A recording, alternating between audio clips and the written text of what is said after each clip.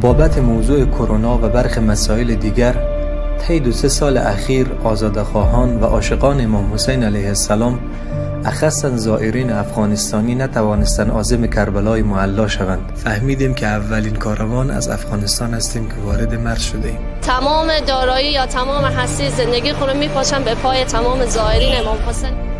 ما که ندیدیم یک انسان به یک ناشناس این گونه خدمت کند، اما خوب این واقعیت داشت.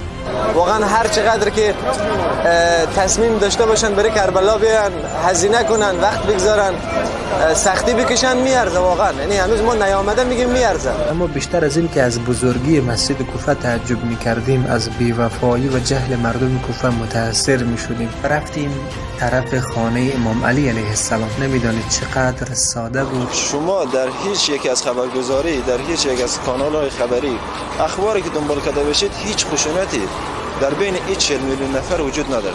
یک جمله هست که میگوید بهشت جایی است در حوالی بین الحرمین. چقدر دقیق گفته.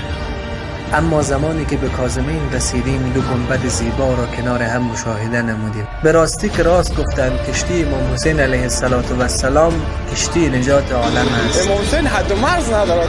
امام حسین رنگ و زبان برش معنی ندارد. هیچ وقت متوجه این اتفاق بزرگ و عظیم هیچ وقت نمیشدیم. اگه ما یک واقعی کربلا رو در نظر بگیریم، میگه که خیلی ها امام حسین دوست داشتن، ولی در عوض محبتشان نسبت به مال دنیا هم زیاد بودن. این درک و فهم ما نسبت به این خاندان است. عزیزان، باید معرفتمان را نسبت به امامان معصوم بالا ببریم، وگرنه هر چقدر که زیارت مشرف شویم لذت طاعت را نمی چشیم.